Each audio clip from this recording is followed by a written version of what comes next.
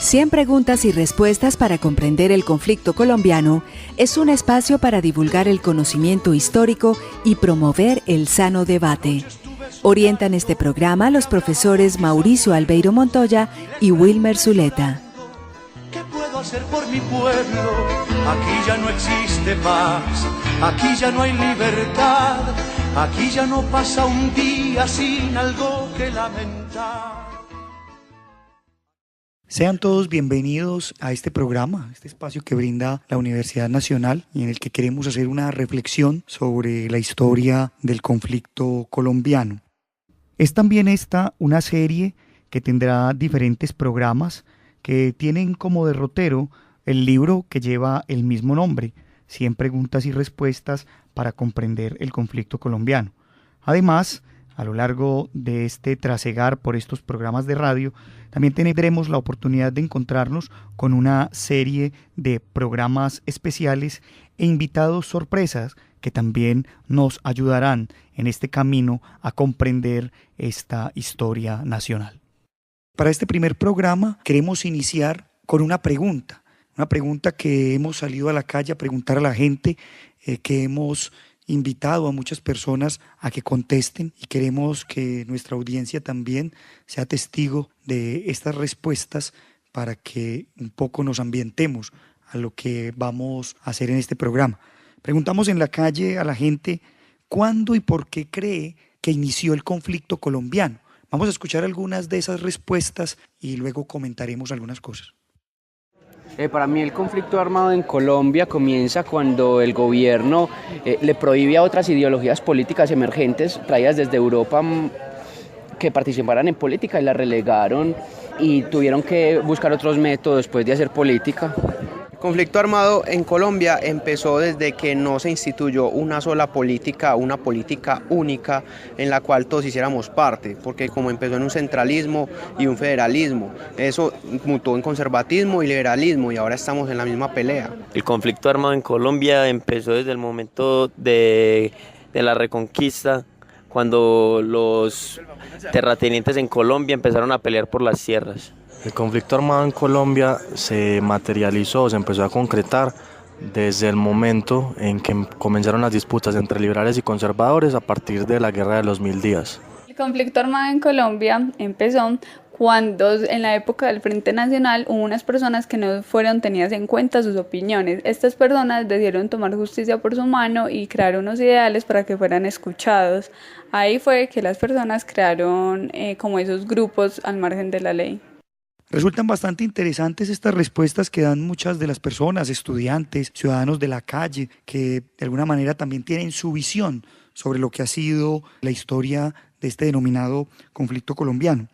Queremos iniciar hoy en este primer programa a hablar un poco sobre cuáles son las causas, los orígenes, hacia dónde y hasta dónde nos debemos trasladar para entender lo que ha sido esta historia. En el libro publicado en el año 2017, titulado 100 preguntas y respuestas para comprender el conflicto colombiano, tenemos como tesis principal la idea de que el conflicto se traslada o tiene sus orígenes en una época que se ha dado por denominarse en la historia de Colombia la revolución del medio siglo, esa revolución que comienza en 1845 y de ahí adelante encontraremos una serie de elementos que permiten comprender lo sucedido. Pero antes de entrar en esa materia, queremos darle la bienvenida hoy también a Wilmer Zuleta, un profesor que nos va a acompañar durante todos estos programas. Y hoy nos acompaña José Zuluaga, un estudiante de Derecho de 10º semestre que ha participado también de este proyecto y que también nos va a aportar con su conocimiento sobre estos temas.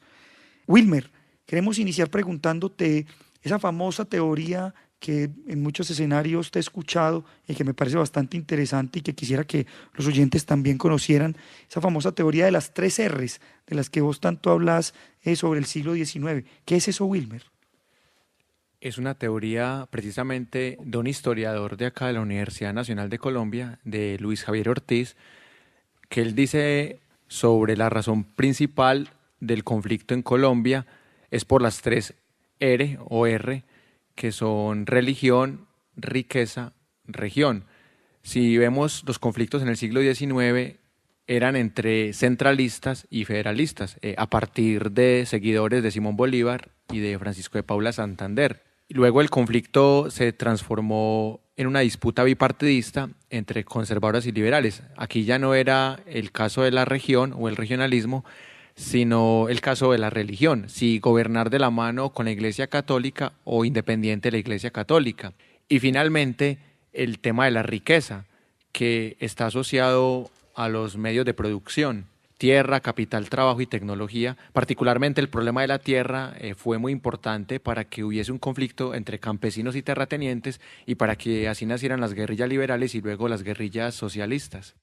Muy interesante esa posición. Yo creo que con esa introducción que muy bien hace el profesor Wilmer, pues esto nos da cabida a empezar a hablar de estos aspectos que consideramos que desde la revolución del medio siglo han tenido un impacto en la historia del conflicto colombiano. En ese primer escenario hablemos un poco de esas reformas. Se dieron varias reformas, por ejemplo, la abolición de la esclavitud en 1851, aquello que tuvo que ver incluso con la abolición de algunos resguardos, esos resguardos que eran tierras coloniales que se les habían dado a los indígenas y que el gobierno en su momento, digamos, quitó a los indígenas para utilizarlas para pagar deudas, entregarlas a otros hacendados.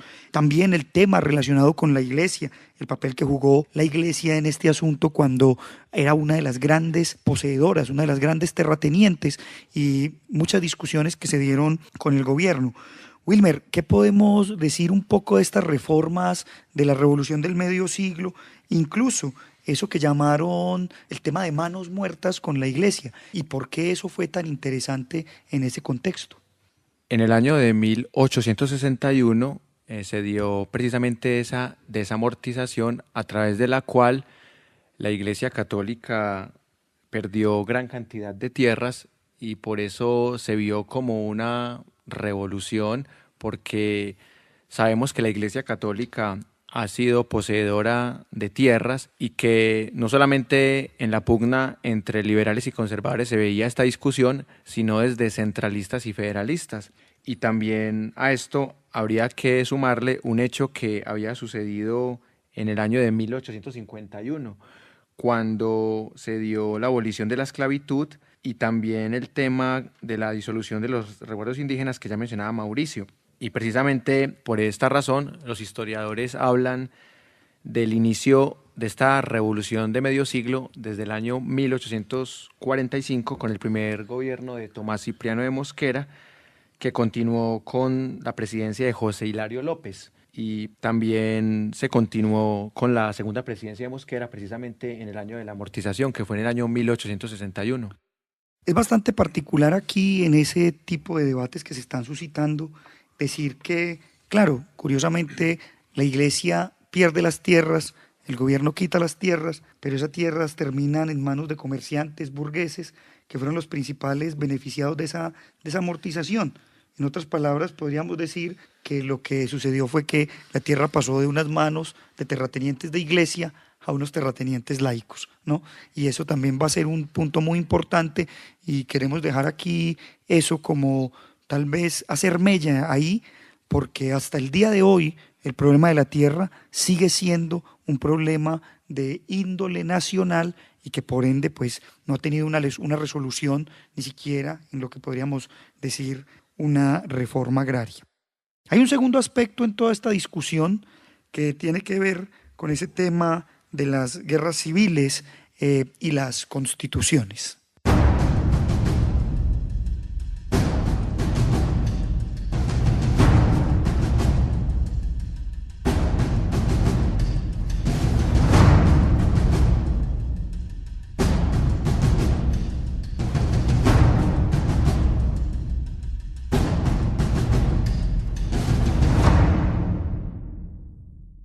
Bueno, escuchábamos unos tambores de guerra, tal vez un poco como preludio a lo que es este siglo XIX también, donde siguiendo un poco las teorías del profesor Gonzalo España, en un famoso texto que se llama El país que se hizo a tiros, donde se habla de esas guerras civiles que atravesaron por nuestro país. Gonzalo España habla de 23 guerras civiles, de las cuales 9 de ellas fueron nacionales y el resto de índole regional. Y esto es bastante particular porque eso nos va a llevar como a una batalla tanto de armas como una batalla legal. El profesor Hernando Valencia Villa, en su famoso texto Cartas de Batalla, de alguna manera plantea esta discusión de cómo al finalizar alguna guerra civil, quien ganaba esa guerra civil pues se convertía no solo en amo y señor, sino que a la vez pues imponía un modelo constitucional. Si eran los liberales pues imponían un modelo liberal, y si eran los conservadores pues imponían un modelo conservador. José, contanos un poco sobre eso, sobre ese texto también del profesor Valencia Villa, y qué podemos encontrar ahí de curioso y ese papel que jugaban las constituciones en este periodo del siglo XIX. Bueno, en principio lo que se presenta es una relación también con la Revolución del Medio Siglo como antecedente, con esta guerra de las constituciones, y también lo que conlleva esto las hegemonías políticas.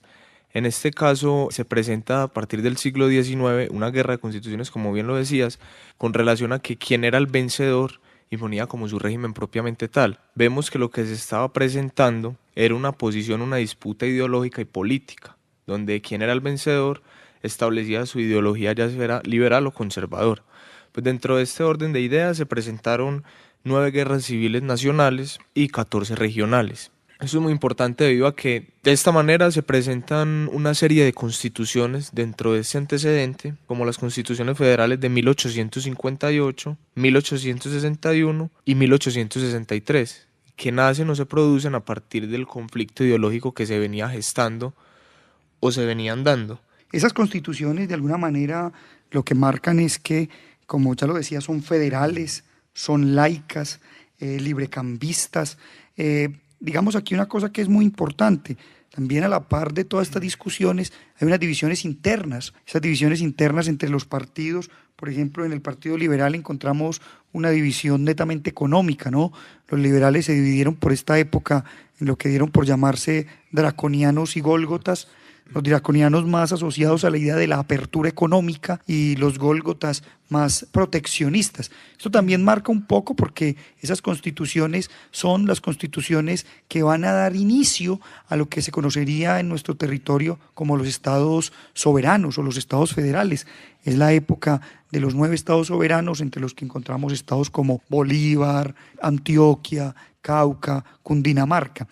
Pero a la par de esas transiciones, pues hay otro tipo de constituciones que luego son la contracara y que también vienen de otras guerras civiles, como la Constitución de 1886. Esa constitución que de alguna manera pues es una constitución más centralista, es una constitución muy apegada al tema religioso, ideológicamente católica. Es una constitución que va a ser el preámbulo de lo que luego será también el concordato, y es esa constitución que Rafael Núñez pues consolida específicamente como una constitución centralista. Con eso un poco pues hablamos de este siglo XIX en un segundo momento, que permite pensar que hay una ideología que es posicionada y que excluye a las demás. No sé, Wilmer, de pronto en este segundo aspecto, ¿qué podríamos decir de más? Podríamos decir que Rafael Núñez empieza una hegemonía conservadora en donde fortalece la iglesia, las fuerzas militares. Curiosamente, Rafael Núñez tenía origen liberal, pero terminó gobernando como si fuera conservador y muere en el poder y es reemplazado por Miguel Antonio Caro. Y esta constitución marca una época que se llama la regeneración, que trata de echarle la culpa de todos los males al federalismo y mostrar el centralismo como la gran opción de poder, y precisamente esto hace que el país dé un giro y ya las guerrillas liberales de la época empiecen a tratar de rebelarse ante este nuevo régimen que ya tiene una ideología conservadora y totalmente católica. Claro, esos antagonismos, como muy bien lo decís, pues terminarán en la famosa guerra de los 1000 días. Eso nos permite un poco entrar en ese tercer gran aspecto, que es el de las hegemonías políticas, y que quisiéramos aquí mencionar porque, como estamos diciendo, esto es un derrotero, ¿no? Aquí la causa del conflicto no es específicamente un acontecimiento puntual, sino un contexto que lleva una serie de acontecimientos que a lo largo de la historia pues van matizando muchos de los hechos que luego se harán protagonistas. En este contexto de lo que llamamos las hegemonías políticas encontramos 2 grandes momentos. La hegemonía conservadora, que es una hegemonía que va desde 1886 hasta 1930, y luego una hegemonía liberal que va de 1930 a 1946. En esa primera hegemonía conservadora, pues hay una serie de acontecimientos como la Guerra de los 1000 días, también incluso la celebración del primer centenario de la independencia en 1910 y la masacre de las bananeras. Hablemos un poco de eso, de la masacre de las bananeras, que es un hito fundamental en esta hegemonía conservadora y que de alguna manera marca también el declive de lo que sería el paso a la hegemonía liberal. ¿Qué pasa en esa masacre de las bananeras, Wilmer? ¿Qué encontramos ahí y por qué eso se convierte en un acontecimiento tan relevante en la historia nacional? Sucede que había una empresa norteamericana, la United Fruit Company, que estaba abusando de los trabajadores y estos hicieron una huelga y a partir de esa huelga fueron asesinados y fue precisamente Jorge Eliezer Gaitán, quien era miembro del Congreso e hizo las denuncias respectivas contra el entonces general Cortés Vargas, y desde allí se percibía lo compleja que era esta situación y los conservadores a partir de este hecho perdieron credibilidad, y fue precisamente en el gobierno de Olaya Herrera en el que los liberales recuperan el poder. Y también había otro antecedente que se nos olvidó mencionar, el tema de la consecuencia de la Guerra de los 1000 días, que fue perder a Panamá, en donde Estados Unidos le ofreció un dinero a Panamá y para que se independizara de Colombia, y empezó a construir el canal, con lo que implica económicamente esta construcción, y demuestra cómo Colombia, a partir de esas disputas, empieza a perder económica, política y socialmente. Sí, como ya decías muy bien, Cortés Vargas, el militar encargado por el presidente Abadía Méndez para que, digamos, disolviera esta manifestación que reclamaba mejores condiciones laborales. Una situación bastante interesante en esos reclamos era el hecho de que se pedía un mejor salario. La compañía terminó incluso pagando con bonos para que se comprara o para que se cambiara en las mismas tiendas de la compañía, cosa pues que generó que los obreros se levantaran. También en este contexto está surgiendo el Partido Socialista Revolucionario, donde encontramos figuras tan importantes como María Cano, que también de alguna manera van a ser relevantes en esa lucha para que se reclamen los derechos de los obreros. Vamos a escuchar unos testimonios, digamos testimonios de la época que Gaitán, cuando retornó de Europa, porque Gaitán estaba en Europa cuando se dio esta masacre, fue hasta la Ciénaga y con apoyo de algunos periodistas de la región, pues retomó una gran cantidad de testimonios, y por eso vamos a escuchar aquí un fragmento de esos testimonios sobre el asunto de la masacre de las bananeras. El general Carlos Cortés Vargas fue el que fue vendido con la compañía frutera para masacrar un pueblo indefenso que ni estaba contra el gobierno. De manera que eso, pero con los empleados de aquí colombianos, fueron los culpables, porque ellos son los que no gustaban del pueblo trabajador, porque no lo votaban y nada le daban. Y eso como se lo iban a reclamar, ya por eso cometieron la infamia de que romper esa huelga, porque ellos comenzaron a cortar guineo. Para romper la huelga fueron los empleados. Oye, los empleados fueron los que cortaron guineo para que el pueblo se conspirara para no ir a cortar guineo, y entonces ellos rompieron la huelga y ahí fue donde vino la masacre, acabar con el pueblo de la zona. Acabaron con el pueblo de la zona porque fueron más de 60.000 almas que mataron. Comenzó por allá en 1918, 10 de enero estalló el primer movimiento, sin ninguna organización, sin pliego de peticiones, pero era indudablemente el despertar por conseguir de la compañía que reconociera primero a los trabajadores colombianos como sus trabajadores. Escuchábamos ahí algunos testimonios de las personas que sobrevivieron a esta masacre de las bananeras, que como decíamos, pues permitió la transición, y luego en las elecciones posteriores, en 1930, pues toma la hegemonía o el poder el Partido Liberal, encabezado por el presidente Olaya Herrera. ¿Qué podemos decir de esa primera presidencia, José? Bueno, aquí pues lo primero y estructural es que se pasa totalmente esa hegemonía liberal después de 45 años de gobierno y de una hegemonía política conservadora. Recordamos pues que Enrique Olaya Herrera fue presidente entre el 1930 y 1934. empezando con unas propuestas totalmente reformistas y que van a chocar directamente y estructuralmente con unos intereses como tal que eran conservadores y eclesiásticos. Claro, bastante interesante eso, y yo quiero sumar dos datos ahí. Uno es que ese Enrique Olaya Herrera, en 1934, el que quita el voto a los militares. Eso es muy importante. Y además, también un dato que es relevante, y es que ya para 1930 se hablaba del asesinato de por lo menos 10.000 militantes conservadores a manos de militantes liberales. Eso es bastante importante mencionarlo, porque la gente cree o se cree pues en el ambiente popular que la violencia fue mucho más allá, y aquí ya hemos mencionado muchos de esos asuntos. Siguiendo un poco la línea, encontramos posteriormente el gobierno de Alfonso López Pumarejo, con esa famosa reforma que se quiso hacer, que para muchos fue tal vez el mayor intento de una reforma agraria, que se conocería en su época como la Ley 200. ¿Qué fue eso de la Ley 200, Wilmer? ¿Qué nos puedes contar?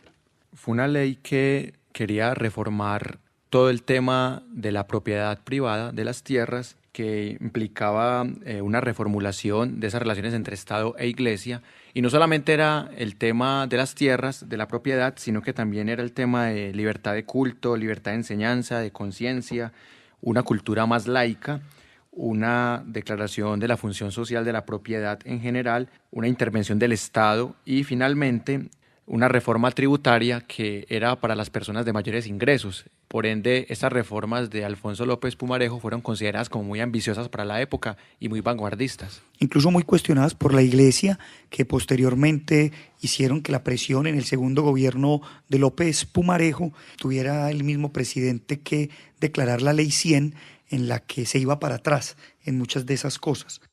Finalmente, este tercer elemento nos lleva a hablar un poco de esa transición electoral. En 1946 vendrán las elecciones a la presidencia. El Partido Liberal, así como decíamos ahora, que se había dividido en términos económicos, aquí se divide en términos políticos. Está el Partido Liberal Oficialista, que tiene en cabeza a Gabriel Turbay, y está el Partido, podríamos decir, liberal de disidencia, que tendría a la cabeza a Jorge Eliezer Gaitán. ¿Y por qué quiero mencionar eso? Porque resulta que esas elecciones, los años 46 y 47, van a dar una pauta muy interesante. En el 46 las elecciones presidenciales dan por ganador a Mariano Ospina Pérez, y esa victoria pues hace que se pierda la hegemonía del Partido Liberal y que de alguna manera pues el Partido Conservador vuelva y tome la batuta, y se genere una serie de conflictos que no solamente van a ser de índole de violencia, sino que también van a mostrar un poco esas luchas políticas, porque en 1947, en las elecciones parlamentarias, en las de Congreso, en las elecciones de Asamblea y consejos, los gaitanistas liberales van a apropiarse del poder, siendo así entonces para el presidente bastante complejo en gobernar con unas legislativas o con un cuerpo legislativo adverso. Es eso lo que muchos consideran que sería tal vez uno de los puntos causales de lo que tiempo después sería el asesinato de Jorge Eliezer Gaitán, y sería también el inicio o el incremento de la violencia. Queremos dar hoy cierre a nuestro programa, nuestro primer programa, con una canción tal vez muy conocida por muchos, interpretada por Fausto, ese cantautor antioqueño de La Ceja, cuyo nombre era Luis Javier Piedrahíta, y que en 1989 compuso y cantó esta bella canción de Soñando con el Abuelo. Hoy terminamos nuestro programa, los invitamos para que en un próximo encuentro nos acompañen, donde hablaremos sobre los asuntos relacionados con Jorge Eliezer Gaitán y el 9 de abril. Muchas gracias a UN Radio, a Wilmer por la compañía y a José, que nos acompañó hoy en este primer encuentro.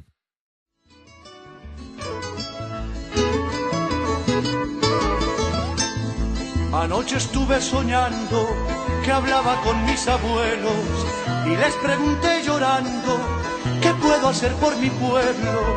Aquí ya no existe paz, aquí ya no hay libertad, aquí ya no pasa un día sin algo que lamentar. Aquí el hermano traiciona y se ufana al traicionar, y el hermano va y nos vende y luego vuelve a cobrar. Aquí el mundo está al revés, nadie quiere trabajar, y a las gentes que trabajan las arrasan sin piedad.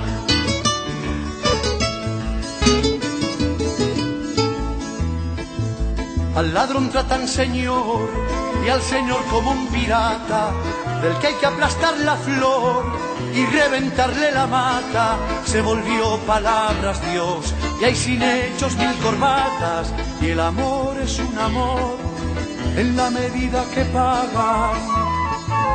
De la iglesia suya abuelo ya casi no queda nada. Los curas que no son santos la quieren manipulada. El verde de las haciendas se cubrió de sangre y balas, y las nanas de 2 niños tabletean de metrallas.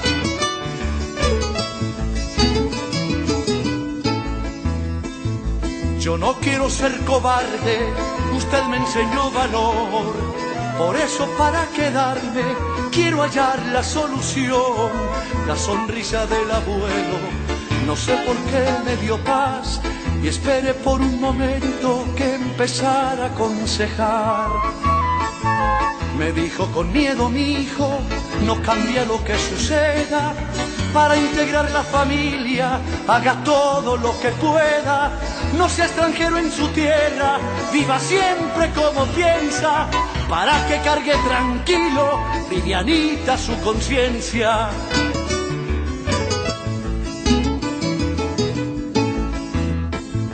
Orgulloso de su raza, practique su identidad. Verá que con esto encaba la paz y la libertad. Piense que si los dividen, sobre ustedes reinarán.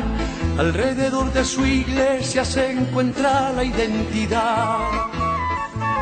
Usted puede ser amigo de todo el que le parezca, pero hay que sacar del alma al que le... 100 preguntas y respuestas para comprender el conflicto colombiano es un espacio para divulgar el conocimiento histórico y promover el sano debate. Orientan este programa los profesores Mauricio Albeiro Montoya y Wilmer Zuleta. ¿Qué puedo hacer por mi pueblo? Aquí ya no existe paz, aquí ya no hay libertad, aquí ya no pasa un día sin algo que lamentar.